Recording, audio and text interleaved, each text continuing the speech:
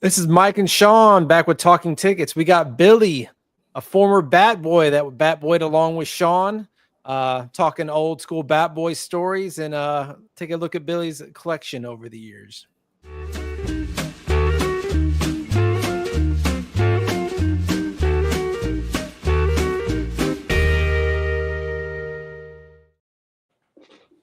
All right, Shaun, good to see you Mike? again. We got Billy. Hey guys, what's going on, Billy? Shaun, why don't you introduce Billy since you guys go back quite a ways?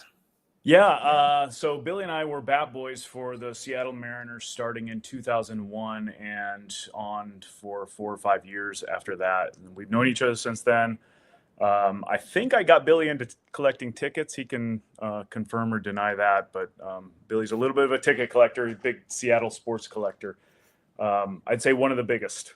So he's got some really cool stuff. Cool. So what should we dive into first? Talk about. Wait, hold on, Mike. Let just pause for a second. I got to bring this up because I'm sure people want to know your opinion about the Luka trade. I'm sure Billy wants to know too. He watches the show all the time. Oh, there you go.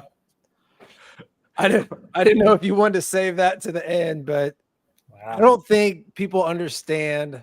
I think they do. I know you guys we're old Supersonics fans, I assume. Yeah. It's like the closest you can get to losing your franchise.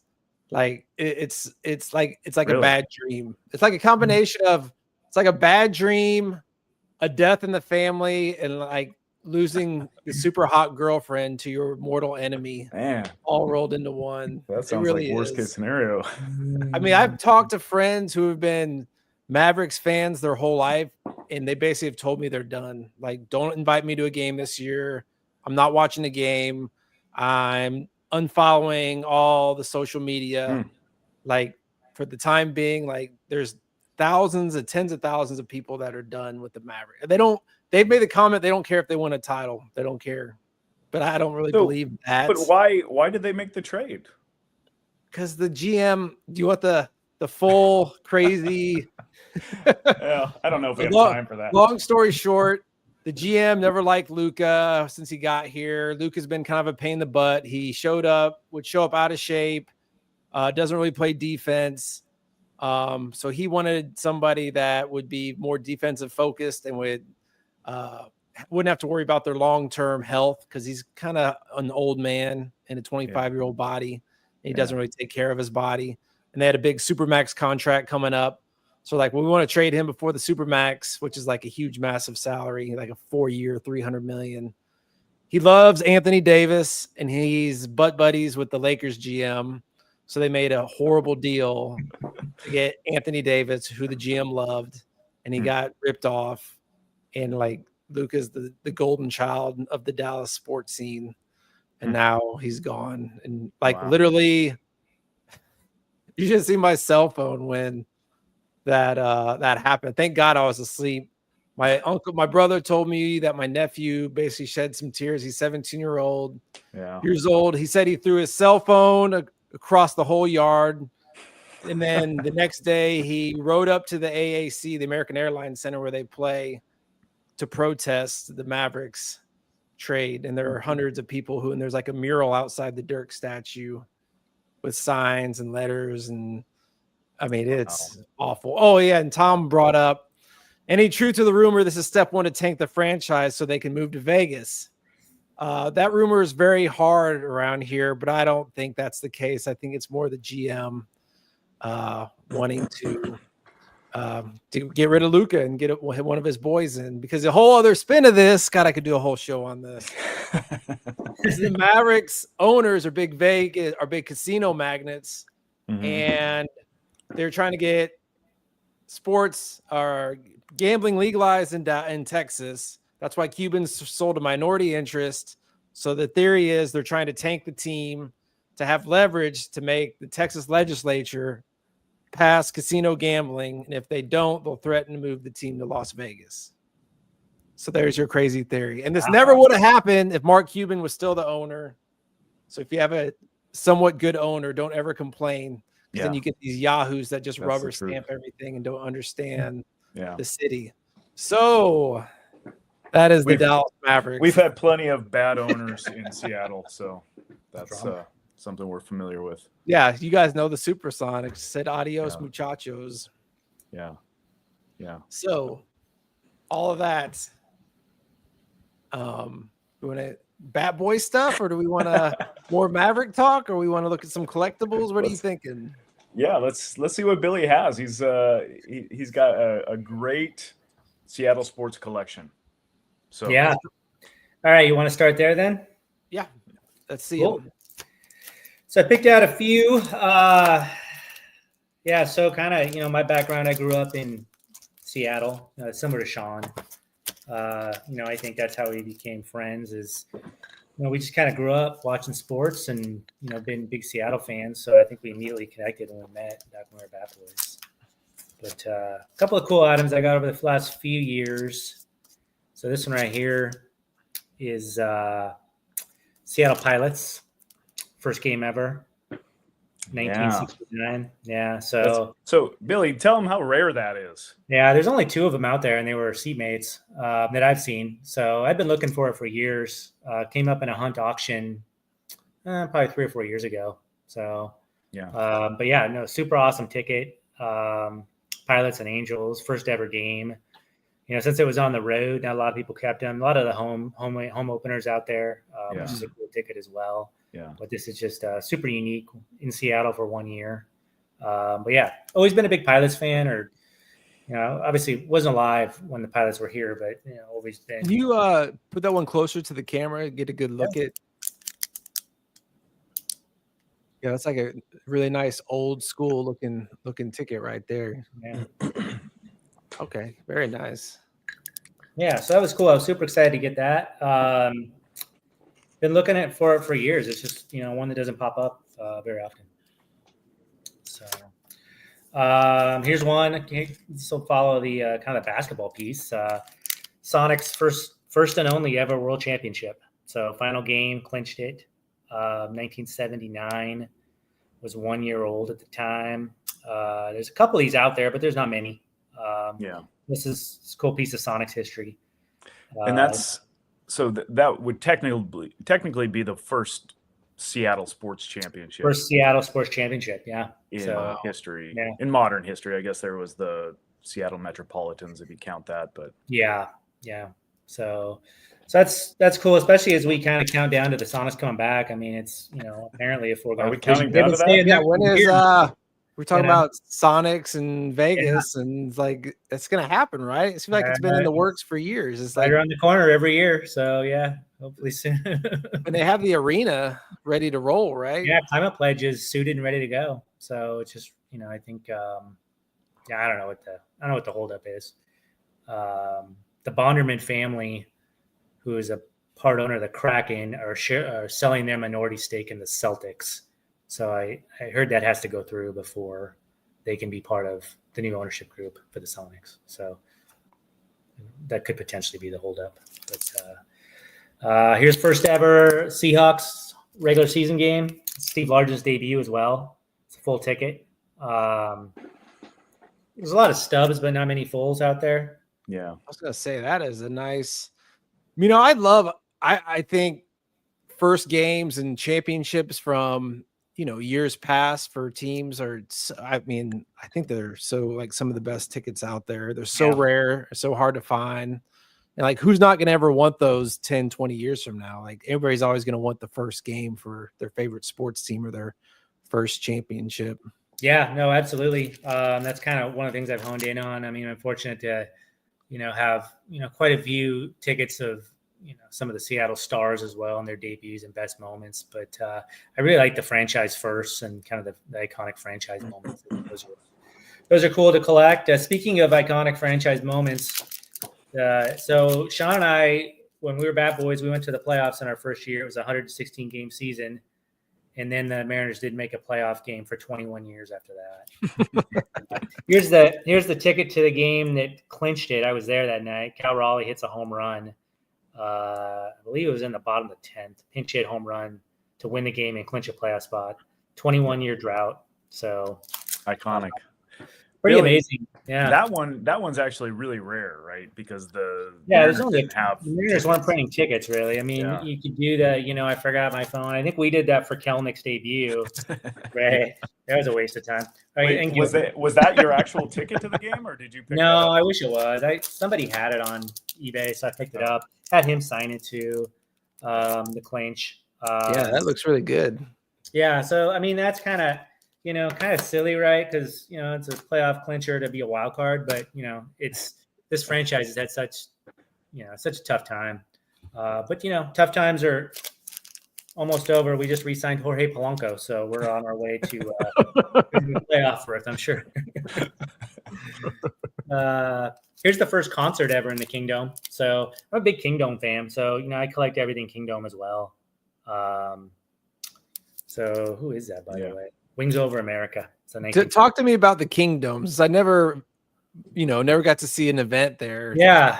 I mean, it's like kind of you don't know what you have till you don't have it. It was a cool place to watch an event. I think T-Mobile, formerly Safeco Field, it's a great place to watch a baseball game, right? But the Kingdome had its charm too back in the day. It was just, it was Hitter's Park, a lot of home runs. Mariners had a lot of home runs in the 90s when they had Griffey and Edgar and Buhner and Arod.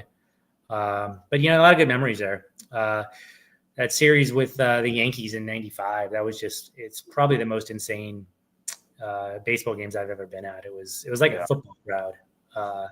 It kind of reminds me of some of the Seahawks games from when they were on the Super Bowl run 10 years ago.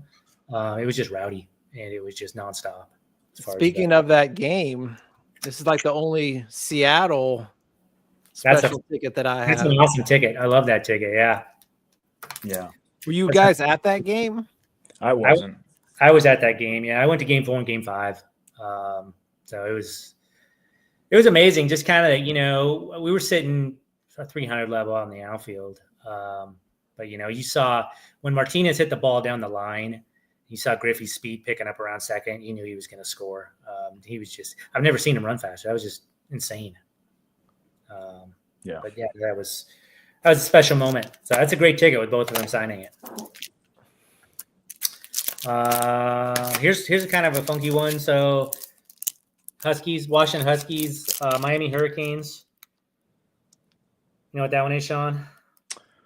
When they broke the Hurricane streak. Yeah, the 58-game home winning streak for Miami. So and that was in what, 92?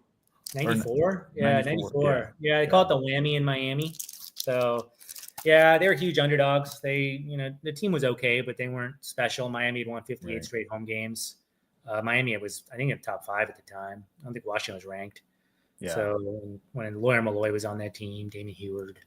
But they also, that was just a few years after they had tied for the national championship. Yeah, exactly. Before when they had to split in the national championship. So so that was that's a fun one. I always remember watching that game with my dad. So that was a cool one right there. Took me a while. That ticket doesn't pop up very often either. So that was a cool one to get. Here's another Kingdome item here. First ever sporting event in the Kingdome. It's a Seattle Sounders game. It's a game Pele played in. Wow, full ticket. 1976. Yeah. Are there very many fulls of that one?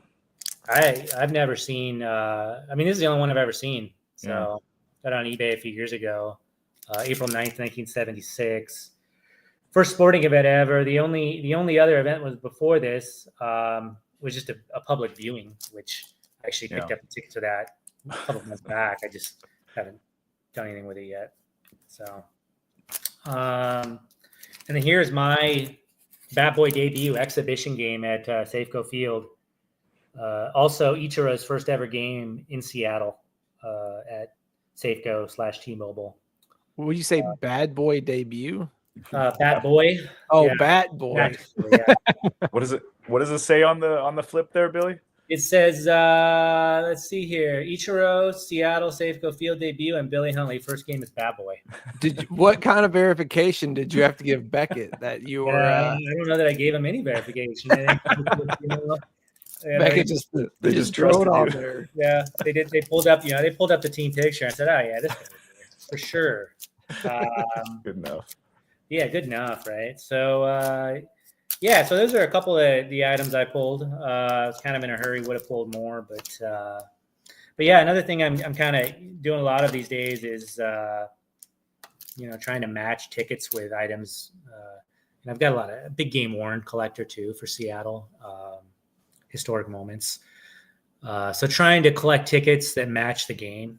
Mm-hmm. And then also the other piece of that is a lot of the stuff I've collected over the years is on baseball, football cards, whatever. So collecting the cards too of the player wearing that jersey that I have is kind of cool. Not really a card collector anymore. I think, similar to Shaun, grew up as a card collector, but just kind of, have narrowed down the collection. More so just tickets and game worn Seattle stuff. But I found a lot of cool cards that have the items I have on them. So it's pretty cool. So you're saying like the players wearing a jersey that you own on the card. Yeah, and that's exactly. kind of a niche collectible that you've got. Yeah. So it just kind of rounds it out. So for instance, the Cal Raleigh, the Clanch, right? So I've got the helmet he was wearing when he hit it. And it's also, there's a top snail card of it. So nice. I think that's pretty cool, displaying it all together. There's a few cool Seahawks pieces I have that appear on cards, and there's a Julio Rodriguez jersey I have that's on like 30 cards. So it's like nice. They use that, Topps use that image for like all their different, product sets, which is pretty cool. So, Billy, where do you think you acquired most of your Seattle collectible items? It's all over the board. I've gotten stuff from Heritage and Golden, and sometimes I've gotten stuff over the years directly from the team. The Seahawks, back when they were good, they sold a lot of really cool stuff directly through their own auction. Anymore, players keep their stuff, so they don't, that stuff doesn't really come to auction anymore for the present modern day stuff. But back when they had the Legion of Boom, there was a lot of cool stuff that went to auction, and that's where I kind of got my start. My first, piece where I really spent a little bit of money was Richard Sherman's first ever touchdown jersey, pick 6, 2012. And back then, compared to what I was earning, it was quite a bit. Present day, it wouldn't really equate to, a huge purchase, but back then it felt like a big bite, and just kind of went from there. How many game used jerseys do you have now? I got too many. Shaun. Give it an estimate. I got too many. I mean, I got, we're probably talking 50 or more. I mean, it's hard to, I'm out of wall space. So, So how many of those 50 are actually on the wall framed? Probably half right now. I mean, I've still got some space to go. I just, it takes a while to frame them up, and, so it's a long, tedious process. Trust me, I've seen. I think it's been a couple of years since I've been over to Billy's place. Yeah. Even back then, it was pretty impressive. He's got basically an entire downstairs that's a walls of framed jerseys and memorabilia. It's pretty. Yeah, I did make a deal with my wife that she got the upstairs, so I could take the downstairs. But I think for me, I have had to narrow down and just really kind of beat it. Use a lot of discretion anymore, just because of space and financial as well, right? It's like you get older, you realize you can't have everything, so just kind of really narrowing down. So, and like I always say, there's always going to be more auctions. So there's always going to be more, right? And it's exactly. So, how long did you start collecting jerseys? I've always thought they were cool, man. When I was a bad boy, I was like, man, I wish I had the guts to go asking for one of their jerseys, but I didn't. But I think my first game worn purchase was like probably 2010, and it was funny. The first game worn item I ever purchased was an Eddie Johnson Sounders jersey off their auction site. It was like $300. So it's kind of funny. But he was a USA player. He was at the time he was a pretty good player for the Sounders, and I bought some other Sounders stuff over the years. I got one of Clint Dempsey's earlier Sounder jerseys. So it's kind of started there. Went with the Seahawks, and kind of moved forward with the Seahawks, and then the Mariners over the years. I did have some game use stuff from being a bat boy, but just not to the extent of what I have today. Who's Donnie Dufik? Is that a player? Not familiar with Donnie. Yeah, but game worn jerseys, sure. I mean, they've gone up quite a bit, kind of like a lot of other collectibles, right? Where it's, I'm sure it's not as affordable as it once was to obtain what you're looking for. Yeah, it's, and I think it's with the popularity of photo matching, right? It's really catapulted values and popularity. People can kind of be certain what they have is authentic, and I think that's important. And then the other thing is, it's just, it's a piece of the game. That's what I like, in a memory, obviously. But I think, the stuff on the national level can just go exponentially, right? The local stuff is still somewhat affordable, although the Seahawks have a pretty big cult following that kind of drive those prices up. Yeah. Yeah, the 12s. I was gonna say, go ahead, Shaun. What's your take on photo matching? How reliable is it, and do you have to? Because it seems like to me, I see a lot of photo matches that I just don't see it. They have the little circles on them and everything, but I just don't see whatever they're pointing at.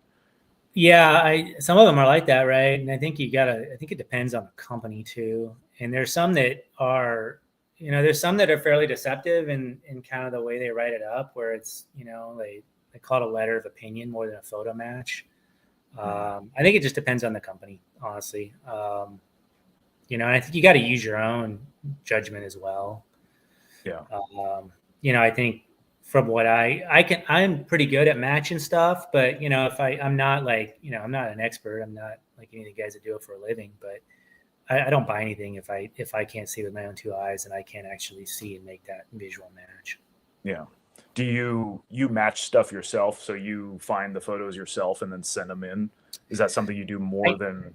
I do. Yeah. I mean, I don't really, if I can find a match that I'm happy with, I don't necessarily, go get the match from a third party, and I'm not really necessarily selling it. Earlier, I did, just because I wanted assurances that what I was seeing was right. My experience, so I started photo matching, probably a few years back, longer than that, 5 years ago. And I sent some stuff in, and kind of my experience was I was providing the photo to them that they were using to make the match. So I'm like, so what's the point? Yeah, it's cool you're writing this letter for $300, but I don't feel like you did a lot of work when they come back. Oh, we found a match, and it's the exact same photo that you provided us. Yeah. Justin says it's expensive as hell, especially for Jordan, Kobe, and the big names. They wanted $2,500 to photo match, and you have to pay $1,500 of that, even if they can't photo match. And that's another thing too, is like, it's all it's a variable price based on what they feel like the value is going to be with that photo match, right? Those third party services, and the other thing that I've always worried about, right? They offer, like, you can see something at an auction house, you can say, hey, I want you to do research on that. I feel like they could be doing research for 100 different people, and who knows? They could be, so I don't know. They say they will only match an item for one person, so they won't double dip. But I don't know if that's true or not. So what do you mean they'll have multiple, and something's up for auction? Yeah, you want it researched because you're considering buying it, so you get like a pre-confirmation from them. They'll only do that with one person. Well, they claim that they'll only issue one photo match. So, and I guess another thing too, right, is if it is at auction these days and there's no photo match, the auction houses are pretty well connected with the photo matching companies. Yeah.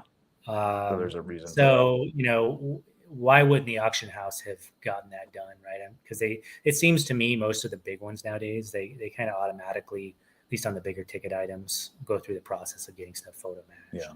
So, yeah. Interesting.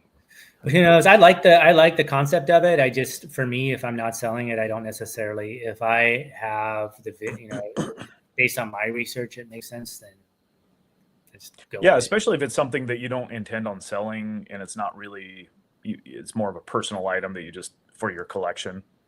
As long as you're content with your own matching, who cares? Mm-hmm. So did you guys save anything from your Bat Boy days? Saved a few things, I guess. I think Billy was better at that than I was, actually. And Billy actually kind of taught me a few things then. because I really wasn't into autographs, and I had no idea what the process for that was, and what pen to use and where to get it on the ball and all those things. So Billy kind of guided me on that, but I was just I don't know. When we were there, it seemed like it was something that would never end. So there was no urgency to kind of grab whatever you could because it's, you'll be there the next day. So who cares? And then, so I don't know. What kind of things did you pick up, Billy?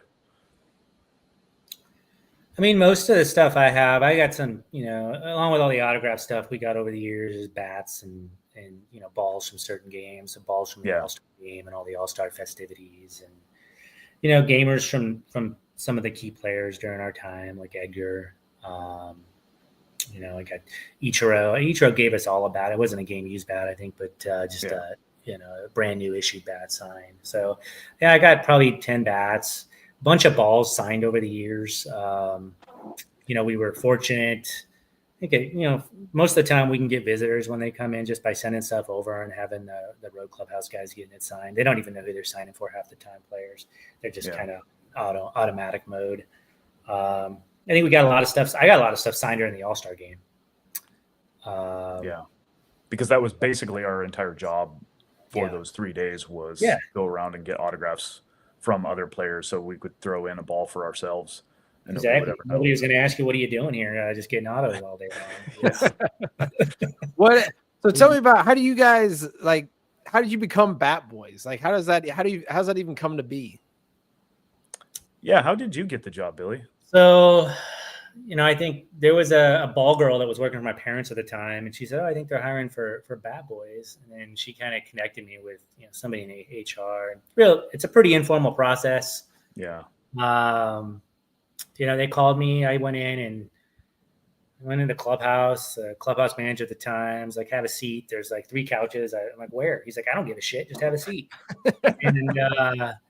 And then he just told me, it wasn't really an interview. He just told me what the job was. And then, all right, let's do this. And then didn't hear from him for like 3 months because that was like December, and, and spring training rolled around, and then finally get a call. I was like, I don't even know if this is really happening or not. Not a lot of structure around that process. How old were you guys when you started? 22. We were 22, right? We're the same age. Yeah. So I was in college. Yeah.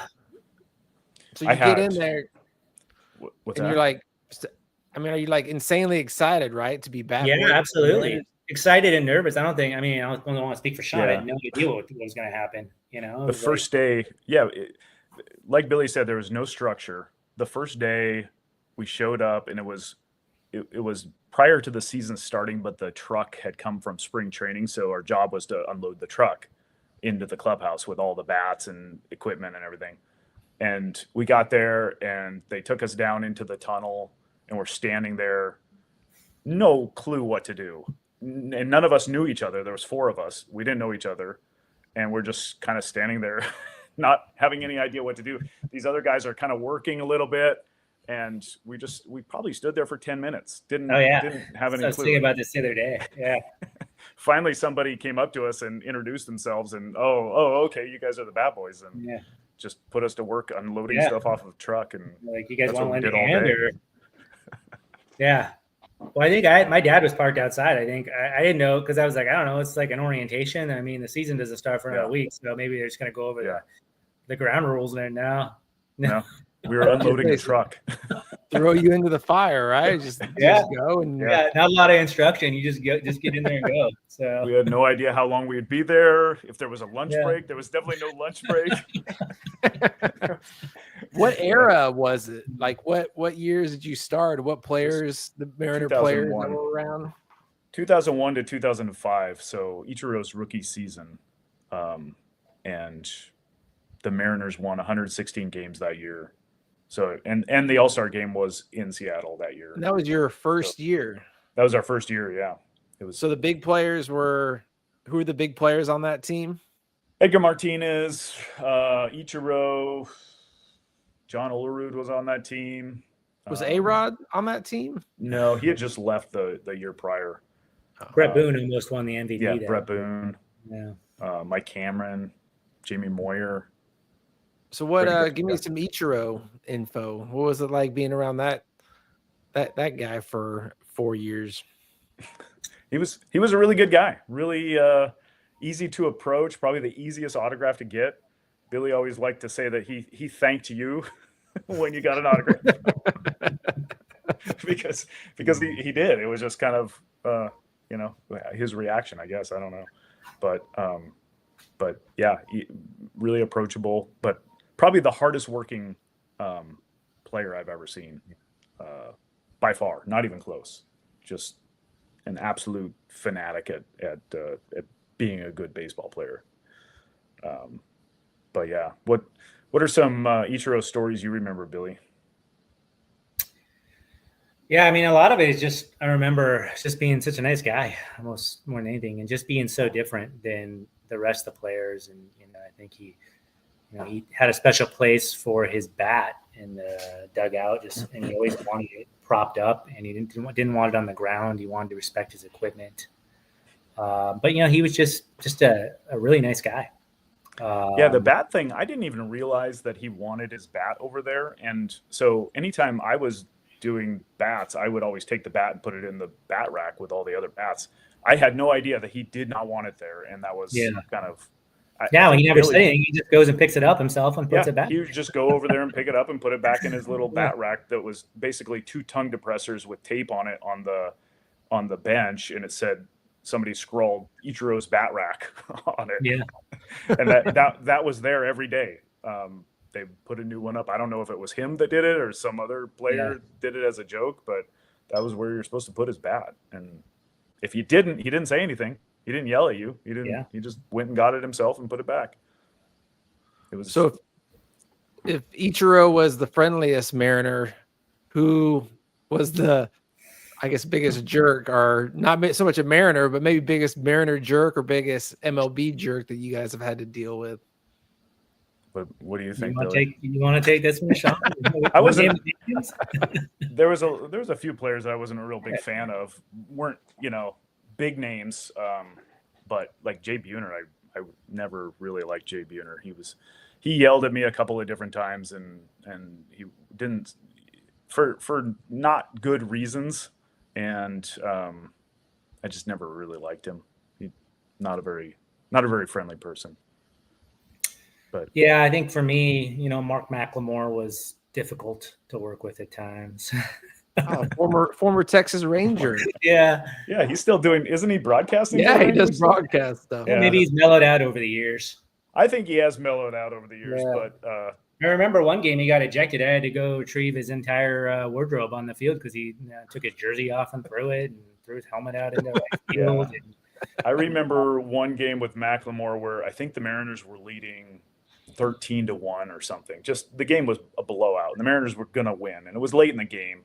And he struck out or on a bad call or something, and he went in behind the dugout and absolutely destroyed the bat rack with his bat, threw everything around, and I just remember thinking, man, I understand that if it's a close game and that was an important at bat, but the game was over and you just made us pick up all this shit now, and it completely unnecessary. But so that type of thing kind of rubs you the wrong way when you're dealing with the players. That rack took a beating over the years. I never got used to that. Just having that thing just get. That reminds me. Here's a story that I want Billy to tell, because I think that you witnessed it. The time that John Olerud got locked in the bathroom. I was on the stool doing balls that game, and I mean I heard like Boone do something. It was bad down there, like it thumped. So I think Olerud was in the video room, which is kind of right behind the dugout as you lead up to the clubhouse, and watching video previous at bats, and the door is closed, and I think Boone had struck out probably or something. Who knows? He went in there and started hammering his bat away at the handle of the door, and he got the door stuck. He got the door jammed, and Olerud couldn't get out, and his spot in the order came up to hit. And Bob Melvin was the manager, and I was right outside the dugout on our little stool we would sit on. He starts walking out. He just throws his arms out, and all I heard is say, "You're not going to believe this." And then I couldn't hear the rest of it. To the umpire. He was talking to the umpire. He's explaining to the umpire that my guy is locked in a room, so it's going to be a few minutes here. And then I think within 5 to 10 minutes, they figured out a way to rescue Olerud out of there, and it's like get up and hit, But Did they make an announcement? Why? no, I don't think so. I don't know what they would have announced. Yeah. Brett Boone on a tirade ended up locking John Olerud in the bathroom, so couldn't get out. Who's the manager in your era while you were there? So Lou Pinella and then Bob Melvin. Yeah. Pinella. Yeah, Pinella and Melvin. How was Sweet Lou? What was he like? He was an interesting character, larger than life. Yeah. Yeah, he's, I think, they had a really good year in 01, but I was always nervous going around him. And, we'd have to go into his office after a game and put his stuff away. And he'd be just in there by himself half the time. And it was after a bad loss, but the team was playing well. So, but he was super mellow. It was like my first week there, 2 weeks there. And he said, "How you doing, son?" And then we had a little mini conversation. It was great. But yeah, I would say it depends on the moment with Lou.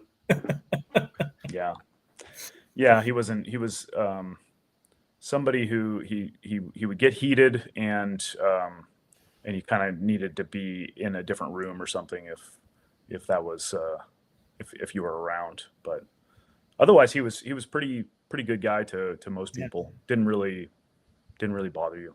Yeah. But, yeah. What I don't know. Did you bat boy that first game, Shaun, in exhibition game? Were you there that day when we were just starting? I don't remember. I don't remember if it was the first game or the second game. So I think one of the funnier memories of Pinella was that was my first experience bat boying games. My first experience doing anything. I had no idea what I was doing. I was just hoping I wasn't going to get fired. And, there's not a lot of instruction. They're telling you, oh, there was this guy who got fired last year because he didn't pick up a bat. And there's no context to it. Oh, what do you mean he didn't pick it up? He just didn't go do it. And it turns out later on, I found out that he just, was hungover or something and not even there. Yeah, so totally different scenario. But anyway, so it was an exhibition game, and then Pinella goes upstairs in like the 6th inning, and then I went upstairs to do something, and he was asleep on the couch in the clubhouse. And in the middle of the game. In the middle of the game, it's an exhibition game, but so then the game goes on. He's still sleeping when the game ends, and then players start to come up, and then he realizes the game's over, and he kind of wanders back to the dugout, and he starts like shaking hands of players now that he's up, and then the doctor asked him if his he asked one of the team trainers or doctors asked him, how his back was. And he made he said something like, it's a little stiff, wrong part of your body to be stiff, huh, doc? And that was your first introduction to Lou. First impression of Lou, yeah. And I was like, it's going to be wild, you know? Yeah. You were talking about the All-Star game. Actually, I have a picture that, let me see, let me pull it up. There it is. So that's got to be the All-Star. So that's you right there. I'm assuming. This is my story, and here's the story behind this. I know I'm sure that I've told you this before, Mike, because I tell this story all the time. But I was working the bats, or that little stool right there. That's where you sit when you're when you're working the game. All-Star game. Cal Ripken is up, and it was Cal Ripken's final season. He's kind of has his moment, last All-Star game. Everybody's rooting for Cal Ripken. Gets up, first at bat. I'm working, home run, and in that moment, I'm thinking, this is my opportunity. I'm going to be in all the photos. I'm going to be in the video. I'm going to be. This is one of those moments, one of those historic baseball moments. So this is you. You're the front. No, it's not. Okay. That's different kid. But as Ripken's rounding third, I hear somebody behind me say, "Hey, Shaun, can you go grab my helmet?" And I turn around and it's Alex Rodriguez. And in that moment, I realized that Alex Rodriguez just wants my spot. He wants to be the guy, the first guy to give Ripken a high five when he comes in. Man, so Arod. I go down and I get Arod's helmet. And then after Ripken comes in and everybody high fives or whatever, Arod comes down right behind the dugout there in the tunnel. And I hand him the helmet, and he just says, "Oh, just leave it there." He didn't want the helmet at all. That's why he's So a then, fraud. like later on that year, I was at Barnes and Noble and I was looking at some different books and stuff, and I found this photo which perfectly captures that moment. There's Arod, Ripken's coming in, Arod's right there, and there's me going into the dugout. Yeah, you got a story out of it at least. That's awesome. Yeah, I mean it's a classic photo because Ichiro's in it. Yeah, Derek Jeter's in it, just right behind there. I mean, even Yeah. Kirby Puckett is right there. You can see Yeah. Kirby Puckett down there. So it's kind of like a legendary photo. Yeah. Telling you to go get your helmet, go get your shine box. Yeah. Yeah. So that's my All-Star game story. And one of the reasons why I'm not a big Arod fan. I'll say, what is it like working the All-Star weekend? We basically lived in the clubhouse for 3 days. We didn't go home. We slept there, spent all day. I think that they probably, I don't even know how they paid us because we were on, maybe they subtracted 8 hours for time that we were sleeping or something. But we were literally sleeping all night, and then they would wake us up in the middle of the night to get up because some players had come in and you had to like unpack their bags and put their stuff away and get the laundry ready and everything. So it was all night for 3 days working there. I mean, was it a good thing was it worth it, or you'd be like, man, I just wish this was a Mariners homestand? It was definitely amazing. It was cool. Yeah. I mean, just seeing all those guys that, growing up watching, right? I mean, I think it was Ripken and Tony Gwynn. It was both their last years, right? And Kirby Puckett was there.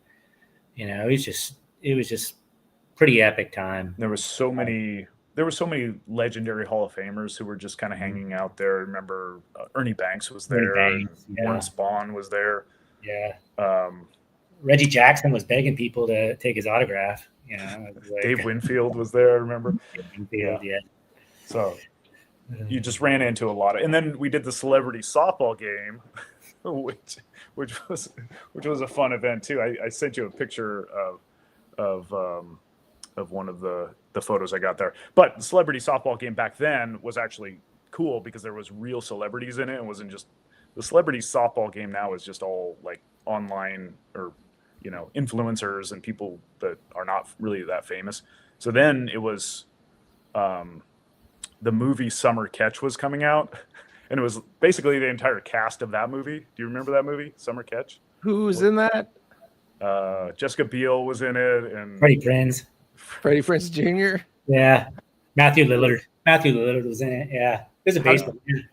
How'd Jessica Biel look? Oh, she looked good. Yeah, looking good. I would assume she's. I mean, this was. Remember, this was like 25 years ago, 24 years ago. So yeah, she took pictures with all of us. They were all super cool. Yeah, no, it was fun. Yeah, it was great.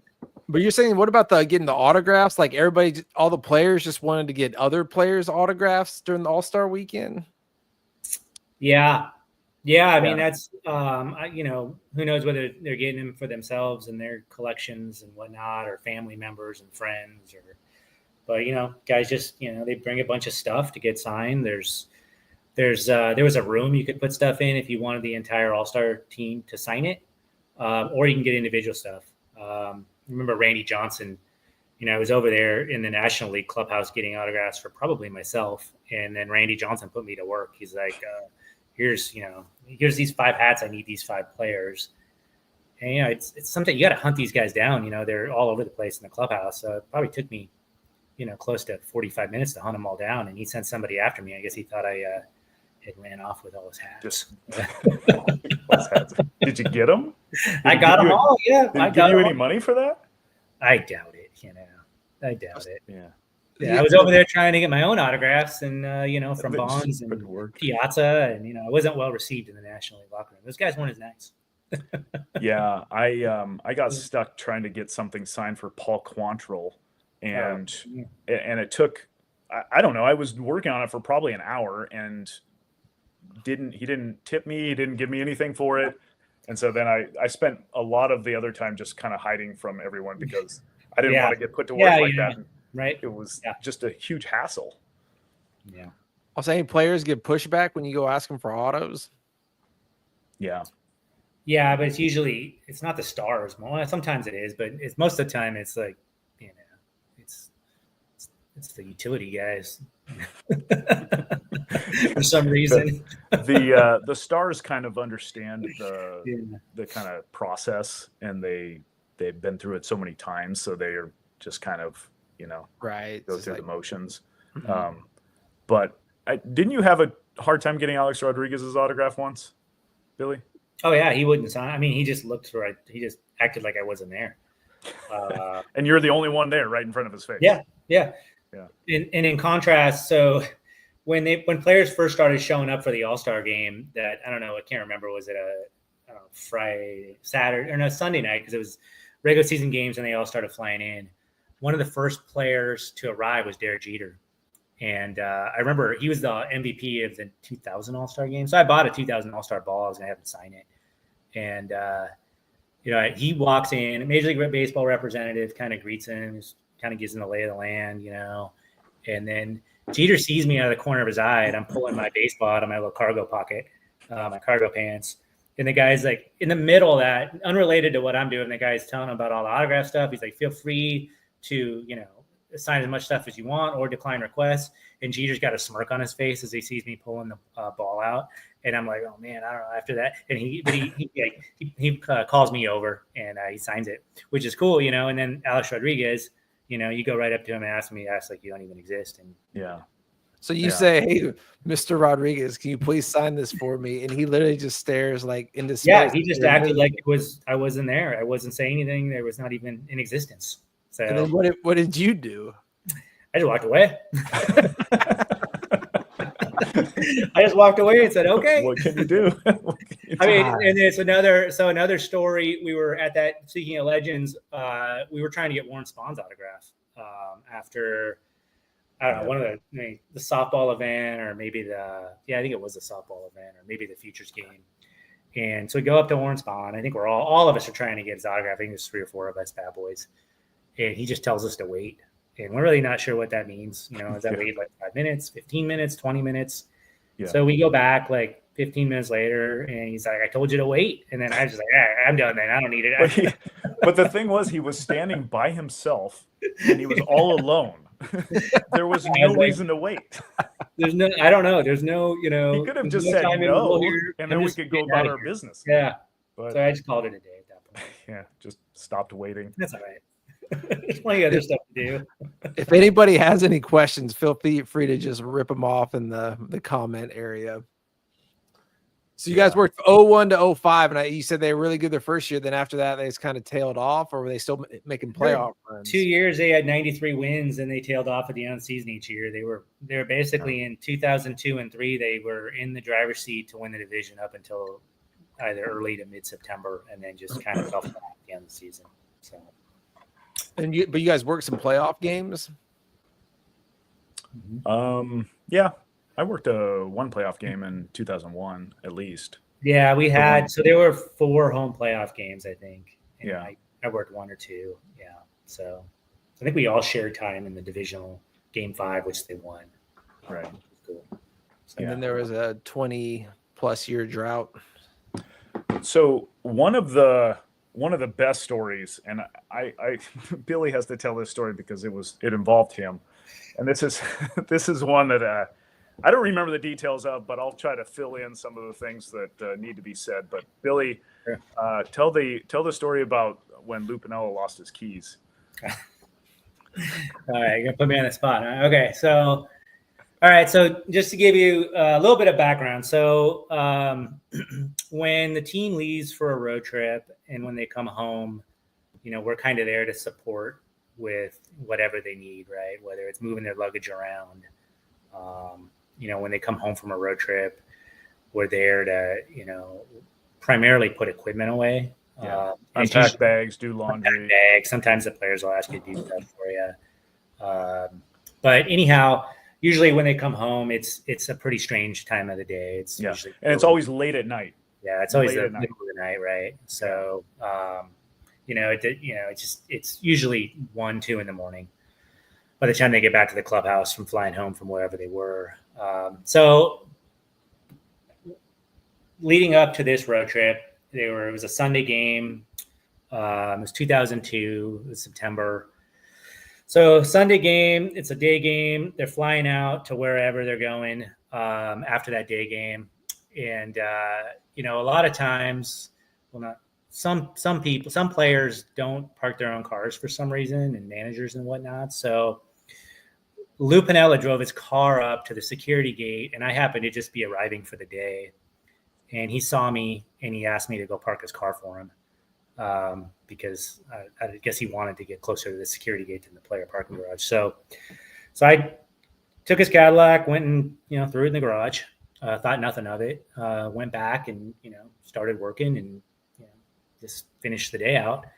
And then, a week later, they're coming back from the road trip, and we're there at 1 or 2 in the morning to greet the team and, do whatever we need to do and put equipment away. And, I'm going about my business. I think I'm probably hanging stuff in lockers that they brought back from the road trip. And then somebody comes up to me and Lou needs his keys. What'd you do with them? And I'm thinking for a second. I'm like trying to process kind of what I did with those. And, my immediate response was, I put them on his desk, because I was like, that was just kind of, I'm 22 or whatever. I just like, that's my immediate defense mechanism. I put them back, it's fine. They're in there somewhere. I'm thinking to myself, I don't think I did though. And I'm thinking of it. I'm like, but then I have a moment of relief though, because I'm like, I think those shorts I was wearing that day, I think they're in my car.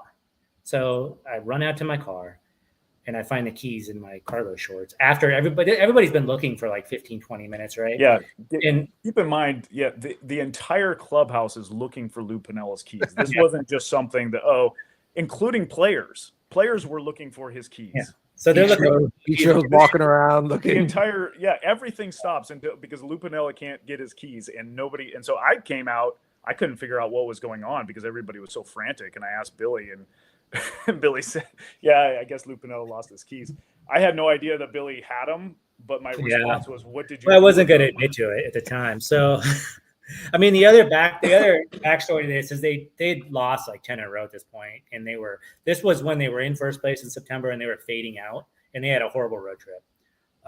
So there wasn't a good vibe to begin with, and it was the middle of the night. And also, come to find out, somebody told me that Pinella's condo keys were on there as well. So even if somebody gave him a lift home, he couldn't get into his condo. So anyway. I run out to see if I have his keys in my shorts in my car, and I find them. So that's great. Didn't really want to go back dangling the keys after everybody looking for them. Found them. So, not the smartest kid at 22. I kind of cruise into Pinella's office and I flip them somewhere and plant them. And then of course I'm the one that finds them too. Not good. So hey guys, here they are. And it was like, well, where were they? We looked all over, and I started to try to unwind this. I stuck to the story. Nobody believed me, but I got through it. But yeah, there was a lot of pressure in that 15 to 20 minute interval when everybody's looking for his keys. I could tell Lou was pissed, but he didn't say anything to me. But so got through that. What are you gonna do? I mean, don't you think it would have been better if you would have just said, "Oh yeah, I forgot them in my car." I mean, present day me would do that. Yeah. But at the time, it wasn't great at the problem solving piece and the just falling on your sword. Yeah. So that was a frantic time. It was always anytime something came up missing in the clubhouse, the first people that everybody would point to is the Bat Boys, because they don't, they're not full-time employees, and they're really just kind of younger kids that would likely be the most likely to steal something. And so it was so important to be as honest as possible when it came to that job, so nobody ever accused you of anything. Right. So anything that was kind of iffy like that was a major problem for us. Was they ever do any type of initiation for Bat Boys? You mean like just anything goofy, like, they'll go find me the key to the batter's box or anything stupid like that? I don't. Everybody tells that story like that's nothing. That's not a thing. Nothing goofy like that. Yeah, the only thing I can think of, and this wasn't an initiation, but one of the guys we were working with was wearing his back pocket out, and the clubhouse manager wrote him a letter that was supposedly from Major League Baseball, uniform violation. Yeah. Question. Or one time, the clubhouse manager would play some jokes on the Bat Boys every once in a while, but it was like one time, clubhouse manager called one of the Bat Boys and asked him why he wasn't there that day, like in the middle of the game, acting like he was supposed to work and that there was no Bat Boy, and we all sat around and listened to that call. So it's that type of stuff, but nothing, crazy. Yeah. The you know what? Here, let's start with this one. I've heard Corey in Cream City says, I've heard stories of Ichiro just hitting monster bombs and BP on occasion. Did you guys ever witness one of those? Absolutely. Every batting practice. Yeah, it was an exhibition. Yeah, he had great bat control. He could have hit a lot more home runs for sure. He had some of the longest home runs I've ever seen in any batting practice. Like just monster home runs in left field or right field. That's so bizarre. I mean, I guess I see that, but it's like, man, if he could do that, why didn't he do it more? And I guess if he got a perfect pitch, he would do it. But he liked getting hits. Yeah, he was a hits guy. Wow, that's just crazy to think that you could just tweak your swing a little bit. And it's like, I feel like trying to hit bombs a day. I'm just going to go for singles. Yeah, in his final, I think his last year or two in Japan, he started trying to hit more home runs because he thought that it would be more appealing to U.S. teams, and so he did. He was a little bit more of a power hitter then. They said Ty G68 says Ty Cobb. They say was the same way. Justin asked, did you catch any players or coaches smoking or drinking during games? That was basically a daily occurrence. I think Lou Pinella smoked every game, didn't he? Yeah. Oh yeah, for sure. I remember Kazuhiro Sasaki. Oh yeah. He smoked during the games too. Yeah. So that most of the players would go back to the laundry room and smoke. Apparently, that was kind of not a lot of. It was surprising when I saw an actual player smoking during the game. Yeah. It was a while ago, but still, smoking was not a very common thing. But Lou Pinella did regularly. Yeah. And drinking, and by the way, drinking was pretty common too during the game. During the game? Yeah, it's bizarre. It's not. It's like we're talking like Coors Light too. We're not talking like hard stuff, but like guys that were not guys that were in the game. Oh yeah. Like where would they go do it? Like not in the dugout, right? I mean, there's places in the clubhouse to disappear during games. So yeah, it was. Who knows how the culture is today in clubhouses? Because obviously this was 20 plus years ago, but it was pretty loose when it came to that type of stuff. And it was if you weren't supposed to do it, people knew what was going on and nobody would say anything, and just yeah. What about like greenies? The pills, the amphetamine type pills, or steroids or stuff like that. Did you see much of that floating around in the dugout? Did we? Did we? I don't know. I'll let you field that question. Yeah. Well, the greenies were, I'm not going to name any names, but they were pretty available. I think. Were they just caffeine pills, basically? Yeah. What were they like, Billy? The Bat Boys partake in some of those. They were good for studying, man. We're trying to go to school at this time, late night stuff. So extremely, extremely strong caffeine pills. Yeah, good stuff. And they were very available. Yeah, just like a bowl full of them, or well, I wouldn't say a bowl full of them, but and this is where it gets into kind of the PED conversation and stuff, and if you consider those PEDs, which they are. During that era, it's hard for me to imagine that there wasn't players there. Not at least 20 of the 25 players in every clubhouse were doing PEDs. Yeah, because they were that common. So, what about the roids? Was that the roid era, or was that was kind of right at the very end of it? Yeah, before they started cracking down. Yeah.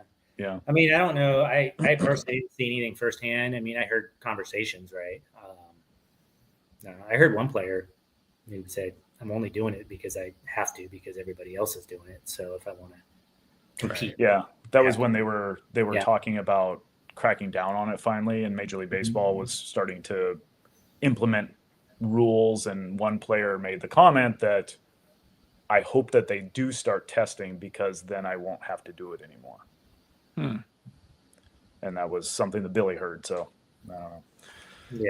Yeah. What did they do with broken bats?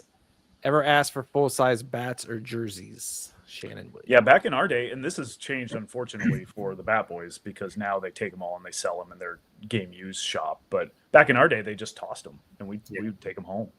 Yeah. So there was just a room where we would put them in. Nobody would ever pay attention to them, and nobody wants those except for the Bat Boys. And so we would just take them home. Nobody would say anything. So yeah, I have a lot of broken bats still. Yeah. Yeah, I never had the guts to ask for a jersey. Wish I would have. But they didn't wear as many jerseys as they do today. Now they wear probably 20 jerseys a year at minimum. Back then, it was a lot of guys only wore 2 jerseys the entire year, like 2 jerseys, 2 road jerseys. So. Yeah. Are there age limits for being a Bat Boy? Did you outgrow the job? Yeah, that was always something that we wondered, because when we started, we were a little bit older. I was 22, and then by the time I was done, I was 26. And there were a lot of players that I was older than. I remember it was weird when you're older than the players. Yeah. That's for sure. So there was one year the Sonics were in the playoffs, and I forget what player it was, but they invited us to go to a suite and watch the Sonics game. So I went, and I don't think you were there, Billy, but there was other players and stuff there. And I remember Jeremy Reed coming up to me and telling me that they need to check my ID because I was too young to be in there drinking. And I didn't have the heart to tell him that I was 2 years older than him. I was 22 at the time, and I was 24. That's funny. Yeah. Yeah. So that's when you get, maybe I shouldn't be doing this. But they don't have any age limits. I've seen guys, even for the Mariners, who are in their 30s. Yeah. And they just keep doing it because they have a career that the problem is that the demands of the job are such that it's hard to have a career otherwise, because of the amount of time that you have to be there. So you have to have kind of a unique other income, I guess. So if you're lucky enough to have that, then that's super flexible, then you could keep doing it forever until you're, in your 80s probably. We gonna tell any Pat Borders stories? Wait, who? Pat Borders? You know who Pat Borders is? Do you know who Pat Borders is? Yeah. Is he a pitcher? Pat Borders was the World Series MVP in 1992. Okay. And the Mariners picked him up in 2001, and he had played for the Blue Jays for a number of years and maybe a couple other teams. But the Mariners picked him up, and he was just a really odd guy. And he was like a cowboy, I guess, a legit cowboy. Florida, yeah. Had I remember when he showed up, because he was out of baseball for a little while. He shows up, and he was like dirty old jeans and a cowboy hat and cowboy sports boots. Jacket from like the 70s. And just didn't remind you of a baseball player or a professional athlete in any way. And there was, I think, so the one story that was kind of bizarre was it wasn't uncommon for us to spend the night in the clubhouse if we were working a day game after a night game, because maybe there was 8 hours between those two games, so we would just sleep there and then work the next day. Right. So one day we were there really late, and Pat Borders is just kind of hanging out too. And it was the Bat Boys were there. We would normally just sleep on the couches, and Pat Borders was just milling around, just staying there with us. And finally, he asked if we were gonna spend the night there, and we said, yeah, we're we work in the morning, so might as well just stay here. And he said, yeah, I think I'll do that too. And so Pat Borders decides that he's going to spend the night in the clubhouse, which was highly unusual for a player, right? Like that was not something that any players would do. So he asked me to, he was going to go find a room to sleep in, and he asked me to come and wake him up before the coaches got there in the morning. So I go in, and the morning comes around, I go in and wake him up, and he popped out and just went about his business and just stayed there, which was really, really unusual. And then the players started, I don't remember how they found out, but when the other players found out that he was sleeping in the clubhouse, it was because I think he made it more of a permanent thing after that night. That was like a trial period, and then he just started basically living there, I think. Yeah. What? Yeah, he that's started right. staying there a lot? Yeah, he spent the night every night there. Yeah, he's like, there's a kitchen in there. He cooked us. He made us dinner one night. Yeah. So this is right after 9/11, right? There's like a week of no baseball, but the team was still working out during those. So I think 9/11 happened. The Mariners were on the road. They came back home once flights resumed a few days later. And then there was like a period of like a week where they didn't have any games. They just practiced. But they'd work out every day, right? So it's just, and Borders is just, he sent one of the bat boys out to a grocery store to get, taco ingredients. He's going to make us tacos. And he did. So he had a kitchen, he had everything he needed. So yeah, he was happy to stay there. And it was interesting.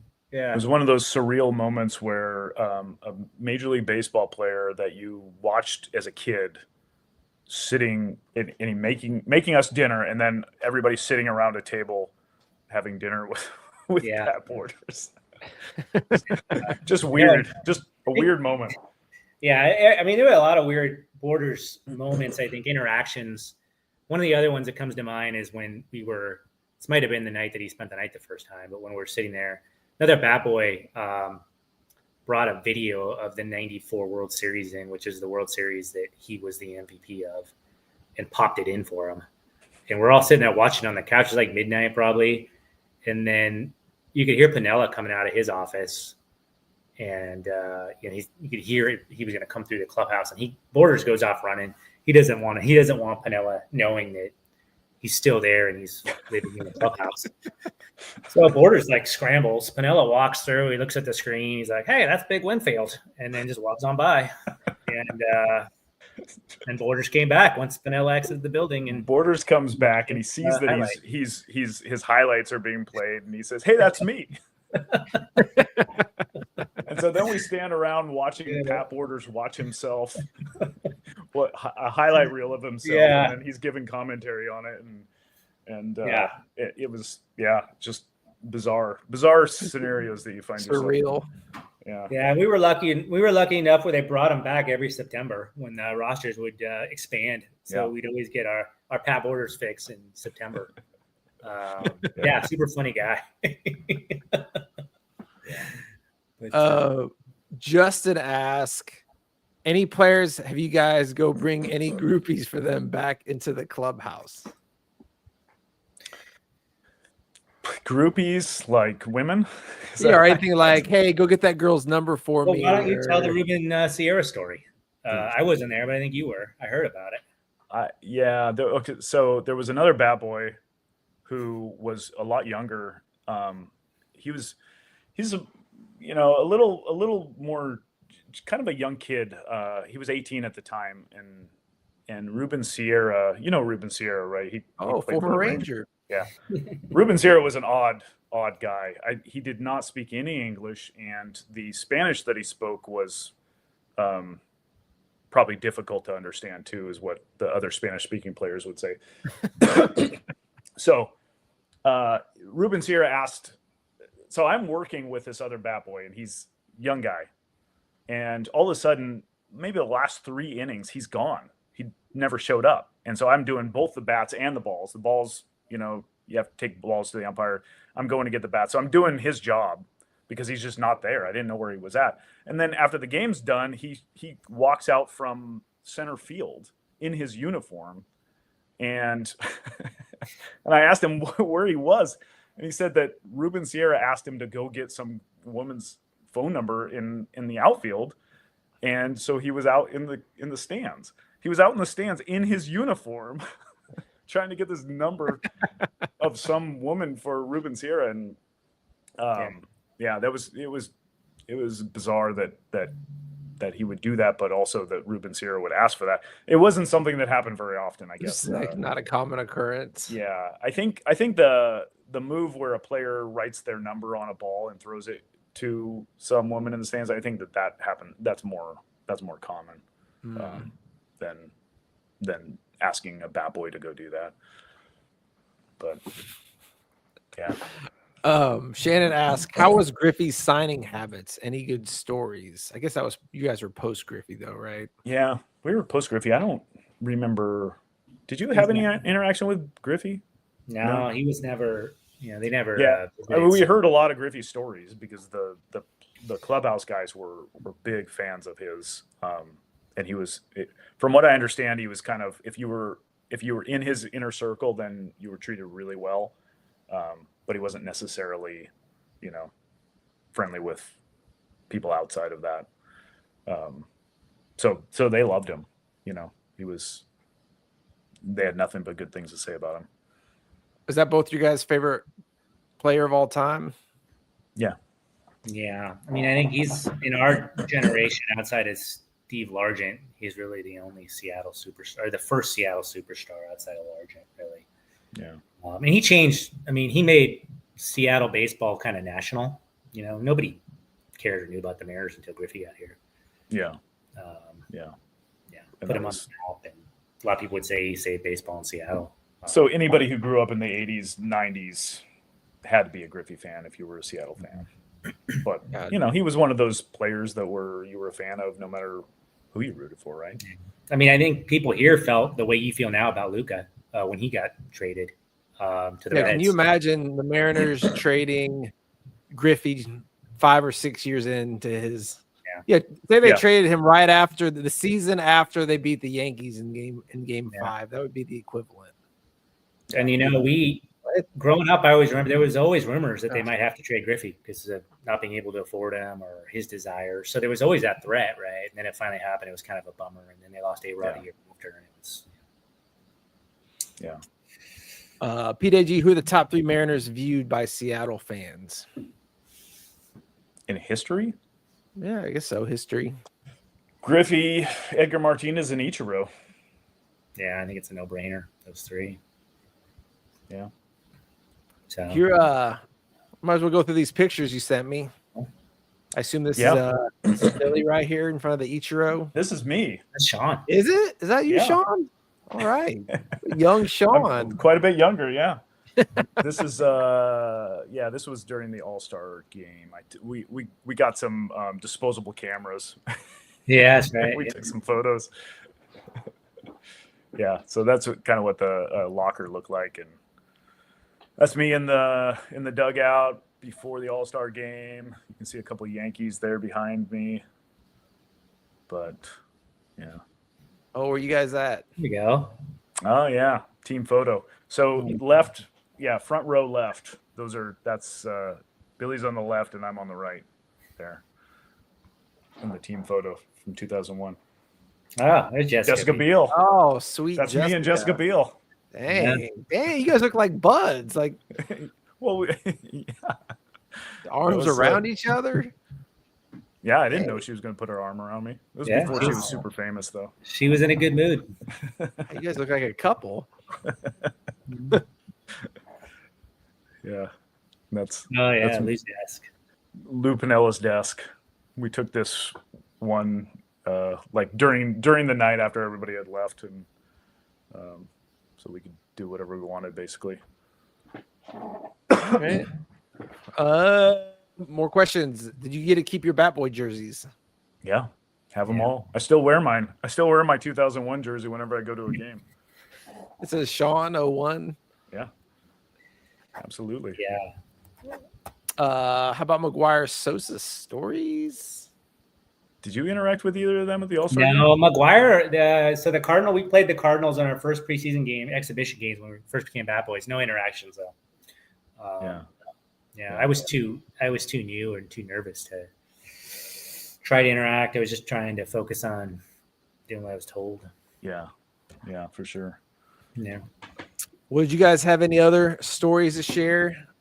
Well, that team photo is kind of cool. This is we're actually on a couple of baseball cards. So this is a 2002 Topps Chrome Mariners team card, and so it's the same photo. And there's Billy and I right there in the corner. What's interesting is they actually airbrushed all of the non-players out because you're not supposed to put non-union players or people who are not in the players union on these cards. But whoever did the airbrushing didn't realize that Billy and I were not players, so we somehow got in there. You guys look like professional ball players. Like, why would they airbrush you out? So we ended up getting on 2 or 3 different cards. There's the one the following year we're in as well, but they airbrushed the 2 people below us, and then they put different legs on us. They redrew our legs in it. What? That's weird. Yeah. So. Yeah. Well, but no, it was a great experience. I'm glad I did it. 4 years went by fast. It's hard to believe the 25th anniversary of the 2001 season is going to be next year. That's just crazy to me. Oh, they have any reunion stuff? We're going to do they did a reunion in 2000 after 10 years. Yeah, they did after 10. So maybe we actually got to go to it, and they had all the players there, and we went in. One of the bat boys who worked with us is still in the Mariners front office, so he got us in basically and got us into the pre kind of party or whatever. And it was kind of awkward because nobody knew who we were, but we got to be there, and we got to go out on the field and all that. Oh, that's cool. Maybe they'll do something. Yeah. Who knows? Well, one day maybe you guys will get to witness a World Series. Yeah, well, with Jorge Polanco leading the charge, maybe this year. Yeah, probably not this year. Yeah. But you never know. The Rangers won the World Series. So. Yeah, they got one. They did get one. Yeah, so it can happen. Yeah, anything is possible. Well, anything else? I guess no more questions. And anything else to add? I think we covered it. Yeah, thanks for having me. It was a lot of fun. Yeah, man. Thanks for coming on. You had some really great stuff, like really unique items that I love seeing that, those kind of pieces. And then, it's kind of that whole bat boy world is you see those guys on the field and you're just like, well, I mean, what are they doing down there every day and who are they meeting with? What kind of random things are they dealing with? It's good to kind of hear some of that stuff.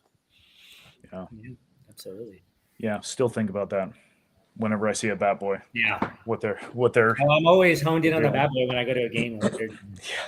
Yeah. You definitely notice when they make mistakes. Yeah, for sure.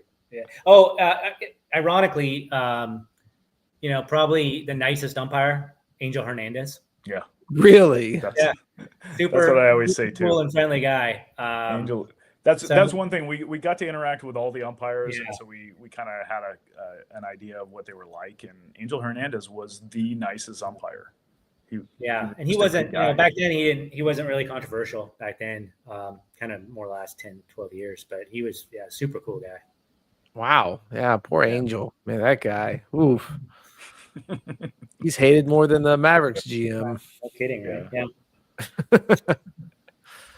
Well, all right, Billy, I appreciate you coming on. Shaun. Yeah, thanks for having me. Good to have you on. Good times. But yeah, thanks for sharing all the stories, and I'm sure me and Shaun will be doing another one here soon. But everybody that stuck around, appreciate it. And I guess we'll see you later. Thanks again. Thanks, guys. Yep. All right, thanks.